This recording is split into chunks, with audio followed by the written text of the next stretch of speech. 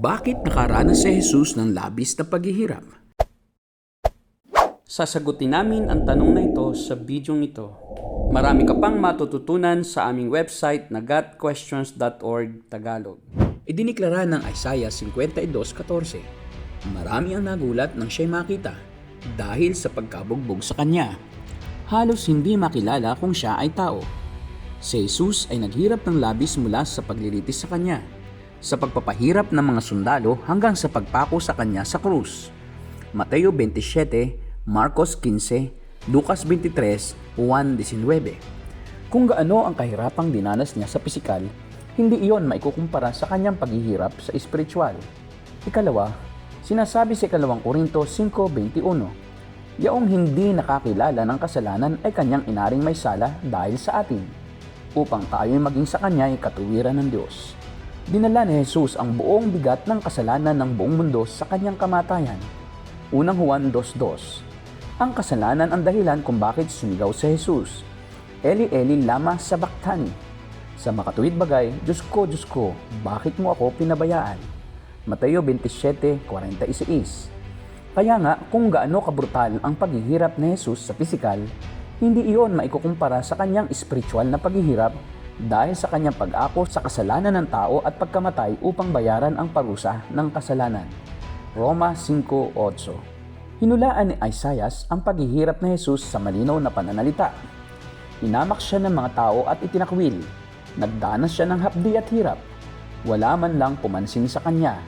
Binaliwala natin siya na parang walang kabuluhan. Ngunit dahil sa ating mga kasalanan kaya siya nasugatan.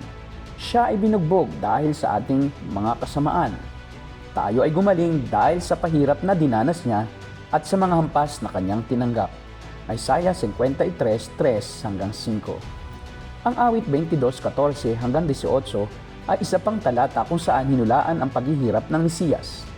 Ako'y nabuhos na parang tubig, at lahat ng aking mga buto ay nangapapalinsad. Ang aking puso ay parang pagkit. Natutunaw ito sa loob ko. Ang aking kalakasan ay natuyo na parang bibinga, at ang aking dila ay dumidikit sa aking ngalangala. At dinala mo ako sa alabok ng kamatayan, sapagkat niligid ako ng mga aso. Kinulong ako ng pulutong ng mga manggagawa ng masama. Binutasan nila ang aking mga kamay at ang aking mga paa. Aking maisasaysay ang lahat ng aking mga buto, kanilang minamasdan at pinapansin ako. Hinapak nila ang aking mga kasuotan sa gitna nila, at kanilang pinagsapalaran ang aking kasuotan. Bakit kailangang maghirap si Jesus ng labis? May mga nag-aakala na ang pisikal na pagpapahirap kay Jesus ay bahagi lamang ng pagpaparusa ng Diyos sa ating mga kasalanan.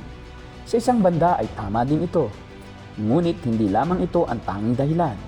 Ang pagpapahirap ng tao kay Jesus ay naglalarawan ng galit at kalupitan ng tao sa Diyos. Ang labis na pagkamuhi ni Satanas sa Diyos at kay Jesus ang siyang nagtulak sa mga tao upang labis na pahirapan si Jesus. Ang pagpapahirap na ibinunton ng makasalanang tao kay Jesus ay nagpapakita ng kanilang nadaramang labis na pagkamuhi sa banal na Diyos. Roma 3:10-18. Iyan ang aming sagot sa tanong na, bakit nakaranas si Jesus ng labis na paghihirap?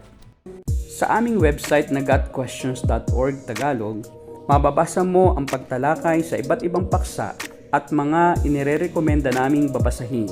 Kung nakatulong sa iyo ang video nito, click ang thumbs up at subscribe button. Kung gusto mong mapanood ang aming mga susunod na video, i-click ang bell at panoorin ang mga susunod na sagot sa iba pang mga tanong.